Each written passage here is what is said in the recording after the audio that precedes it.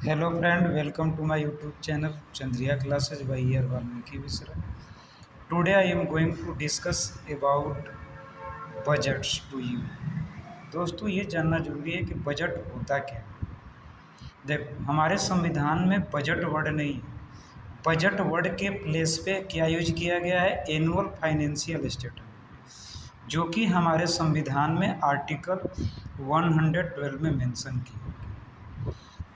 ठीक है। अब देखो बजट क्या होता है कि हमारी ये प्लानिंग होती है कि फ्यूचर में हमें खर्च करना है गवर्नमेंट एजुकेशन पर, हेल्थ पर और बाद बाकी चीज़ों पर किस पे कितना खर्च करेगी, उसका ये पूरा लेखा जोखा होता है पूरे साल का, यानी कि फ्यूचर खर्च है स्पेंड करेगी। अब आज बात करने जा रहे हैं कि गवर्नमेंट ने जो टैक्स लगाया है। देखो जो टैक्स जो होता है ना, ये दो तरह के होता है दोस्तों। एक होता है डायरेक्ट टैक्स और दूसरा होता है इनडायरेक्ट टैक्स। डायरेक्ट टैक्स और इनडायरेक्ट टैक्स। डायरेक्ट टैक्स क्या होता है, इनकम और इफेक्ट एक ही पर्सन पर होता है। जैसे किसी पर्सन की सैलरी अगर 12 लाख से ज़्यादा हो तो उसके ऊपर गवर्नमेंट ने कुछ टैक्स स्लैब डिसाइड कर रखी है, उसके बारे में आप लोगों से डिस्कस करें। इनडायरेक्ट टैक्स क्या है, इनकम और इफेक्ट अदर पर्सन पर। जस्ट लाइक मैं ये बताना चाहूँ कि जैसे इनडायरेक्ट टैक्स एवरी पर्सन पे करता है। अगर कोई भी हम बिल वाली चीज़ें अगर मार्केट से खरीदते हैं, हम जिस पे जीएसटी उस बिल पर मेंशन होता है जीएसटी।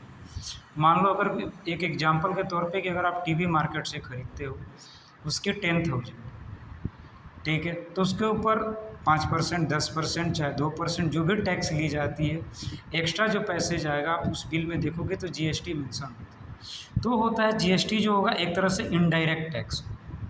ठीक है, आज मैं अभी डिस्कस करने जा रहा हूँ डायरेक्ट टैक्स के, कि गवर्नमेंट ने डिसाइड किया है कि जो पर्सनल इनकम अगर किसी भी पर्सन की अगर 12 लाख से ज़्यादा हो तो 12 लाख से ज़्यादा हो तो उसके ऊपर टैक्स नहीं, लेकिन अप टू 12,000 उसके ऊपर टैक्स 0%। ये मेंशन किया गया है बजट 2025 और 26 के लिए। और बजट क्या होता है, एक साल के लिए होता है, तो 25 से 26 के लिए। अब ये देखो जो टैक्स जो रेट है डायरेक्ट टैक्स, ये टोटल 6 स्लैब रेट में डिवाइड किया गया। अगर किसी पर्सन की इनकम 0 से 4 लाख है तो उस केस में 0% है। 4 से 8 लाख है तो उसके लिए 5%, 8 to 12 के लिए 10%, 12 के से 16 के लिए 15%, 16 से 20 के लिए 20%, 20 से 24 के लिए 25%, मोर देन 24 लैक्स के लिए 30%।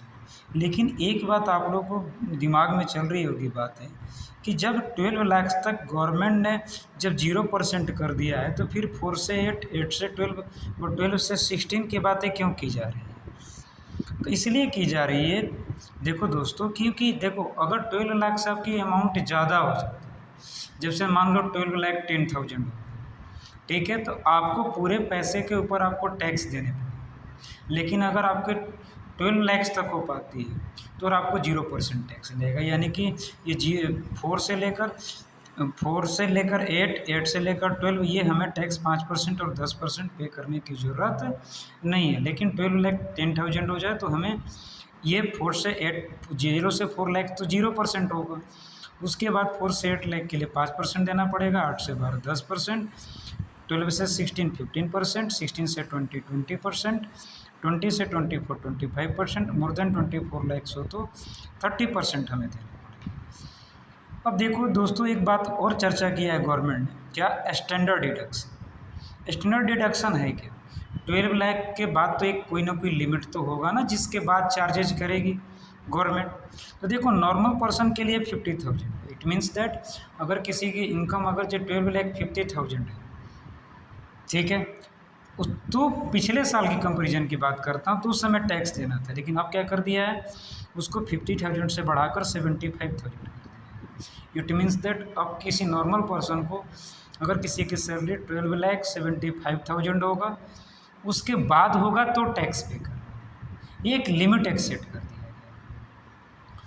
ठीक है। इसी तरह से अगर मान लो कोई सीनियर सिटीजन है तो उसकी क्या है, पहले उसके लिए भी 50,000 था, अब उसको बढ़ाकर 1 लाख कर दिया गया। मतलब कि अब उसको 12 लाख नहीं 13 लाख तक उसके ऊपर क्या है, छूट है, उसके ऊपर 0% है।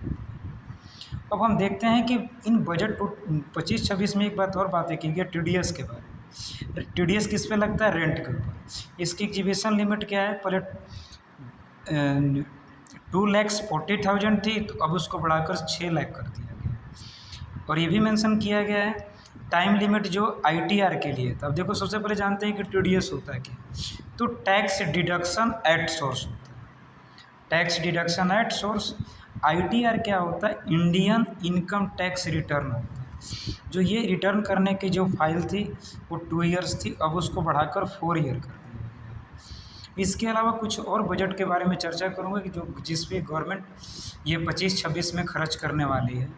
तो देख, सक्षम आंगनवाड़ी एंड पोषण के ऊपर जो गवर्नमेंट खर्च करने वाली है, ये 2.0 स्कीम जो है, इसके ऊपर 21 करोड़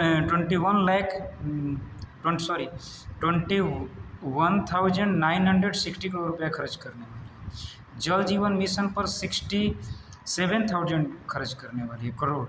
एजुकेशन पर 1,28,650 करोड़ खर्च करने वाली है। एग्रीकल्चर पर 1,71,437 करोड़ खर्च करने वाली है। हेल्थ के ऊपर 98,311 करोड़ रुपये खर्च करने वाले हैं।